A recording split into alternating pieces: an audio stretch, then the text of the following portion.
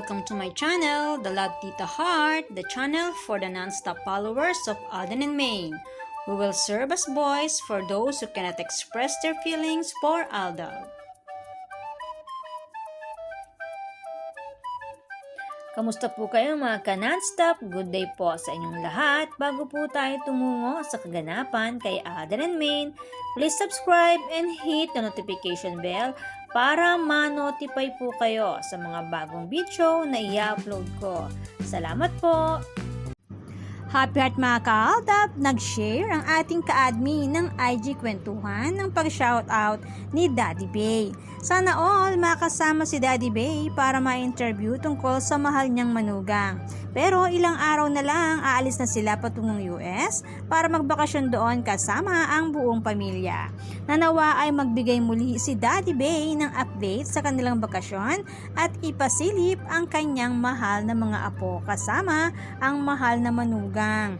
Nalalapit na kaya naman may pa-update na last Sunday, December 24, si Riza Pokerson ng paghahanda sa kanilang paparating na bakasyon.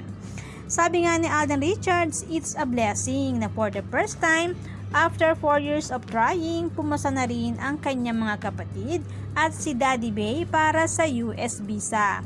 December 30 to January 14 ang kanilang bakasyon sa US kung saan doon nakatira at nagkatrabaho si RD, ang kuya ni Alden, at si Tita Joanne na kapatid ni Daddy Bay. Sa US na magse-celebrate ng birthday si Alden at habang siya ay nagbabakasyon doon, may kasama ring business trip ang kanilang bakasyon. Habang may pasilip ding Christmas celebration ng Noche Buena ang Pokerson family. Isang boodle fight sa loob ng kanilang bakuran sa kanilang tahanan sa Nuvali. And December 25, ibinahagi din ang kanilang mall tour para sa first day of showing ng Family of Two. Tinangkilik ng gusto si Alden and Miss Sharon sa Malolos, sa Marilao at sa Santa Maria, mga bayan sa Bulacan kung saan nakatira ang Mendoza family. Kung saan madalas na nakikita si Alden and Maine na laging magkasama. At syempre ipinakita rin ang kanilang tour sa Shangri-La Mall. Grabe ang sipag ni Alden at ni Miss Sharon sa pagpupromote. December 26 sa SM San Lazaro naman sila. Sa unang araw ng maaga pa, nangunguna ang Family of Two at nang matapos ang unang araw, naungusan na sila ng Star Cinema movie na Rewind ng mag-asawang Dongyan na sinasabing 110 million agad ang kinita sa unang araw, habang 12.5 million naman ang sa Family of Two. Pero congratulations pa rin sa Family of Two.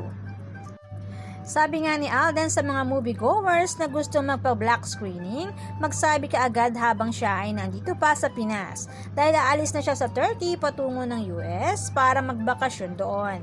Dahil sa mga gustong magpa-black screening ay pupunta si Alden, kaya hanggat siya daw ay nandito pa ay magsabi na kaagad.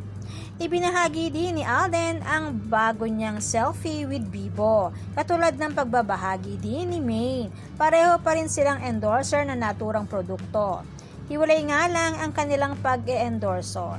Hindi tulad ng inilaunch ang kauna-unahang pagiging endorser ni Alden ng product na ito ay nagkaroon sila ng sabay na pag-e-endorso. Kaya naman lumitaw muli at nasilayan muli ang kakaibang chemistry ng Mag-Better Half. Kita ang ebidensya ng galawang mag-asawa ng mga ito.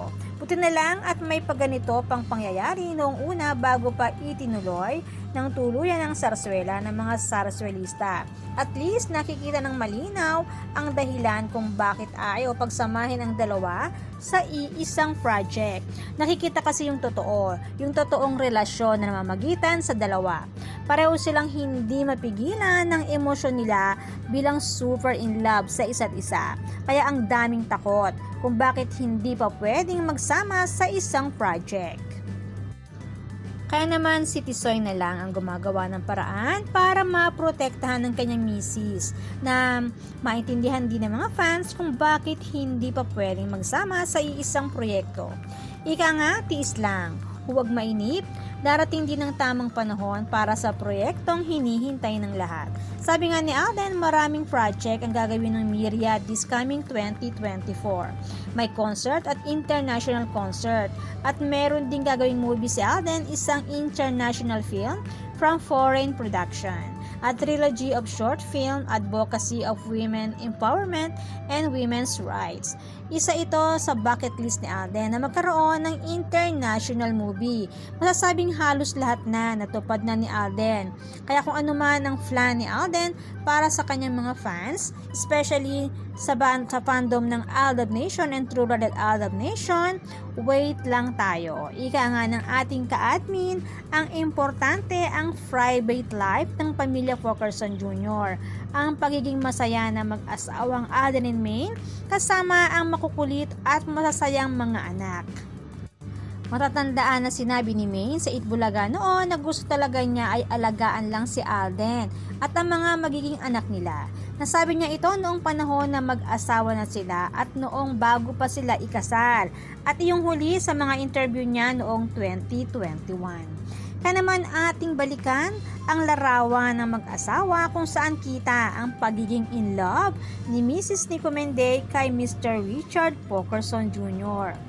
At ang masayang tagpo na ito habang nilalaro ni Alden ang sinasabing panganin anak nila ni Maine na si Baby Seb or Baby Theo sa backstage ng Itbulaga sa Broadway.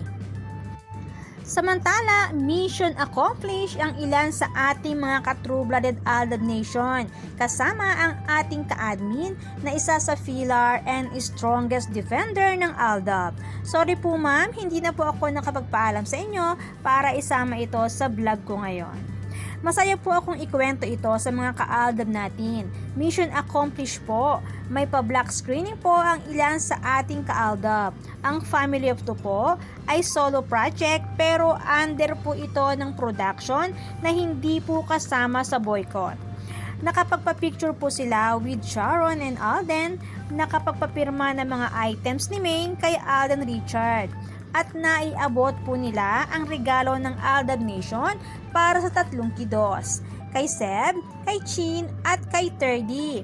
At higit po sa lahat mga ka-Aldab, dumating po ang mag-iina kahit late na po. Napakaswerte po ninyong lahat, mission accomplished po talaga. Marami pong salamat ma'am sa pagbahagi nito. God bless and good health po. Happy New Year po sa lahat. Isa na naman po itong resibo na maituturing na matagal ng Panalo Nation ang fandom ng Aldab Nation. Ang makita ang mag-iina ni Richard Fulkerson Jr. na nagsumusuporta sa pelikula ng kanilang ama. Kaya naman, good vibes lang po tayo magka-non-stop. Salamat po sa lahat ng nag-comments at sa lahat po ng buong pusong nagmamahal at sumusuporta kay Alden and Maine. Salamat po sa lahat ng subscribers. Shout out po sa inyong lahat. Thanks and God bless everyone! Salamat po sa lahat ng nag-comment. Shout out po sa inyong lahat. Sorry po, hindi ko na po kayo iisa-isahin. Sobrang dami po ninyo. Patunay lamang po ito na talagang lumalakas lalo at sumisigla ang buong fandom sa ganitong pagkakataon. Salamat po sa inyong lahat. Aldab lang ang malakas. Hangad ko po ang magandang kalusugan para po sa inyong lahat. Salamat po Aldab Nation and True Blooded Aldab Nation. Thanks, stay safe, and God bless everyone!